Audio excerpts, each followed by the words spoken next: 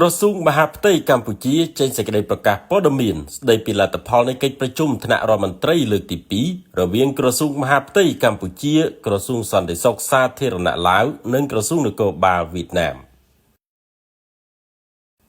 បន្ទាប់ពីទទួលបានគោលការណ៍អនុញ្ញាតដ៏ខ្ពង់ខ្ពស់របស់រាជរដ្ឋាភិបាលកម្ពុជាក្រសួងមហាផ្ទៃបានរៀបចំធ្វើជាម្ចាស់ផ្ទះកិច្ចប្រជុំថ្នាក់រដ្ឋមន្ត្រីលើកទី2ដោយមានការអញ្ជើញចូលរួមពីអាយដាមអភិសន្តិបណ្ឌិតសសុខាឧបនាយករដ្ឋមន្ត្រីក្រសួងមហាផ្ទៃនិងជាប្រធានកិច្ចប្រជុំអាយដាមឧត្តមស្នេហ៍ឯកវ៉ាន់ថងកងមនីរដ្ឋមន្ត្រីក្រសួងសន្តិសុខសាធារណៈនៃសាធារណរដ្ឋប្រជាធិបតេយ្យប្រជាមានិតឡាវនិងឯកឧត្តមឧត្តមស្នេហ៍ឯកលឿងតាមខ្វាងសមាជិកការិយាល័យនយោបាយនិងជារដ្ឋមន្ត្រីក្រសួងនគរបាលនៃសាធារណរដ្ឋសង្គមនិយមវៀតណាមដែលបានប្រព្រឹត្តទៅនាថ្ងៃទី30ខែមិថុនាឆ្នាំ2026នៅទីស្តីការក្រសួងមហាផ្ទៃឯកឧត្តមអភិសន្តិបណ្ឌិតសសុខាបានចាត់ទុកវត្តមានដ៏ឧត្តមឧត្តមរបស់ឯកឧត្តមរដ្ឋមន្ត្រីទាំងពីរព្រមទាំងគណៈប្រតិភូជាន់ខ្ពស់ក្នុងឱកាសនៃការចូលរួមកិច្ចប្រជុំនេះគឺស្ដែងឲ្យឃើញនូវការយកចិត្តទុកដាក់ខ្ពស់ចំពោះទំនាក់ទំនងនិងកិច្ចសហប្រតិបត្តិការរវាងក្រសួងទាំង3ដែលត្រូវបានពូនជ្រុំអរយៈពេលជាច្រើនទសវត្សរ៍ហើយក៏ជាកម្លាំងជំរុញទឹកចិត្តយ៉ាងខ្លាំងក្លាក្នុងការបន្តរក្សានៅប្រពៃណីនៃទំនាក់ទំនងដ៏ល្អនិងជិតស្និទ្ធរវាងភាគីទាំង3ក្នុងបុព្វហេតុនៃសុខសន្តិភាពស្ថិរភាពនិងការអភិវឌ្ឍសម្រាប់សង្គមជាតិនិងប្រជាជននៃប្រទេសទាំង3កម្ពុជាឡាវវៀតណាមឯកឧត្តមអភិសន្តិបណ្ឌិតសសុខាឯកឧត្តមស្នេហ៍ឯកវ៉ាន់ថងកងមនី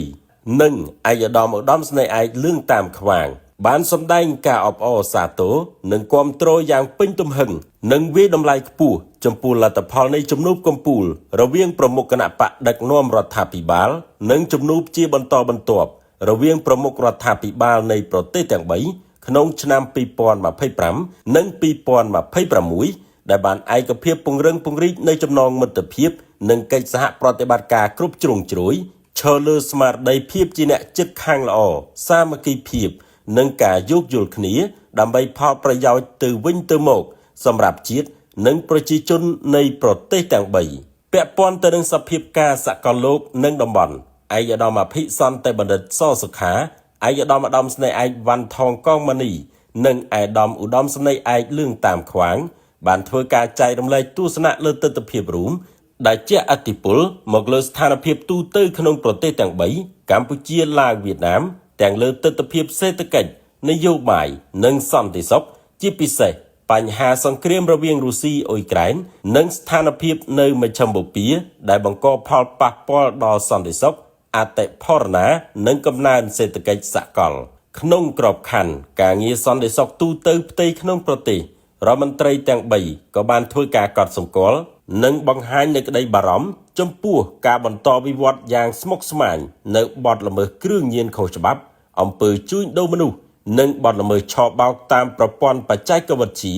ហើយដែលរដ្ឋាភិបាលនៃប្រទេសទាំង3បាននឹងកំពុងបង្កើនកិច្ចសហការក្នុងការបង្ការទប់ស្កាត់និងបង្ក្រាបការផ្សារភ្ជាប់ជាមួយបទល្មើសចម្បងដែលបានកត់សម្គាល់នេះនិងក្នុងស្មារតីផ្លាស់ប្ដូរព័ត៌មាននិងចែករំលែកបទពិសោធន៍ទៅវិញទៅមកតំណាងក្រសួងទាំង3ក៏បានធ្វើបទបង្ហាញលើប្រធានបទសំខាន់ចំនួន3រួមមានស្ថានភាពនៃអំពើជួញដូរមនុស្សឆ្លងដែនការបង្ការនិងទប់ស្កាត់គ្រឿងញៀនខុសច្បាប់និងកិច្ចសហការប្រយុទ្ធប្រឆាំងបទល្មើសឆបោកតាមប្រព័ន្ធបច្ចេកវិទ្យាជាមួយគ្នានេះទោះបីជាស្ថិតក្នុងសភាពការប្រឈមផ្នែកសន្តិសុខបែបនេះក្តីភាគីទាំង3ក៏បានសម្ដែងការកោតសរសើរនិងវាយតម្លៃខ្ពស់ចំពោះសមិទ្ធផលនៃកិច្ចសហប្រតិបត្តិការរវាងក្រសួងទាំង3ក្នុងឆ្នាំកន្លងមកក្នុងបេសកកម្មស្នូលនៃការថែរក្សាសន្តិសុខសណ្ដាប់ធ្នាប់និងសុវត្ថិភាពសង្គមបម្រើដល់ឧត្តមប្រយោជន៍រួមទៅវិញទៅមកនៃសុខសន្តិភាព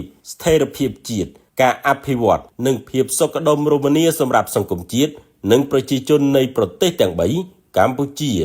ឡាវវៀតណាមក្នុងឱកាសនៃកិច្ចប្រជុំនេះដើម្បីជំរុញអនុវត្តស្មារតីនៃកិច្ចប្រជុំថ្នាក់រដ្ឋមន្ត្រីលើកទី2ឲ្យកាន់តែសកម្មនិងខ្លាំងក្លាថែមទៀត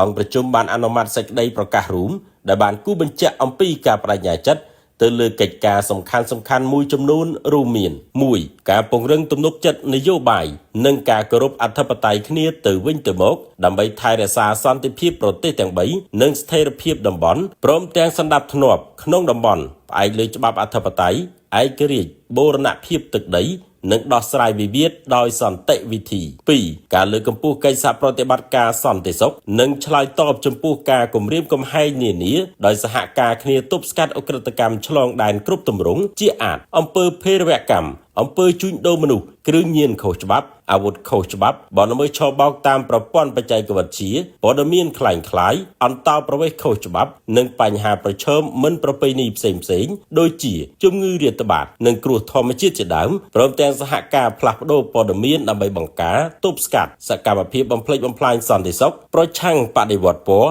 និងការបំបែកបំបាក់សាមគ្គីភាពរវាងប្រទេសទាំង3 3. ការលើកកម្ពស់កិច្ចសហប្រតិបត្តិការនិងការអភិវឌ្ឍតាមព្រំដែនដោយសហការរក្សាព្រំដែនសន្តិភាពសម្ដៅអភិវឌ្ឍសហគមន៍និងលើកកម្ពស់ទំនាក់ទំនងរវាងប្រជាជននិងប្រជាជននៅតាមខេត្តជាប់ព្រំដែនស្របតាមច្បាប់ជាតិព្រមទាំងពង្រឹងយន្តការទំនាក់ទំនងគាំទ្រដល់ការកសាងសមត្ថភាពនិងការសម្របសម្រួលដល់មន្ត្រីជួរមុខនៅតាមព្រំដែនឲ្យបំពេញភារកិច្ចប្រកបដោយប្រសិទ្ធភាព 4. ការពង្រឹងមិត្តភាពនិងផ្លាស់ប្ដូរបទពិសោធន៍ដោយធ្វើការផ្លាស់ប្ដូរទស្សនកិច្ចនិងការវឹកហាត់បច្ចេកទេសដើម្បីពង្រឹងសមត្ថភាពនិងលើកកម្ពស់សាមគ្គីភាពតាមរយៈការរៀបចំកម្មវិធីវប្បធម៌កីឡាការបណ្ដុះបណ្ដាលនិងការសិក្សាស្រាវជ្រាវជាពិសេសក្នុងចំណោមយុវជននិងមន្ត្រីអនុវត្តច្បាប់បន្តវេនតាមការគ្រោងទុកកិច្ចប្រជុំថ្នាក់រដ្ឋមន្ត្រីលើកទី3នឹងត្រូវប្រារព្ធធ្វើនៅសាធារណរដ្ឋប្រជាធិបតេយ្យប្រជាមានិតឡាវដែលក្រសួងសន្តិសុខសាធារណៈឡាវនឹងធ្វើជាម្ចាស់ផ្ទះនិងជាប្រធាននៃកិច្ចប្រជុំ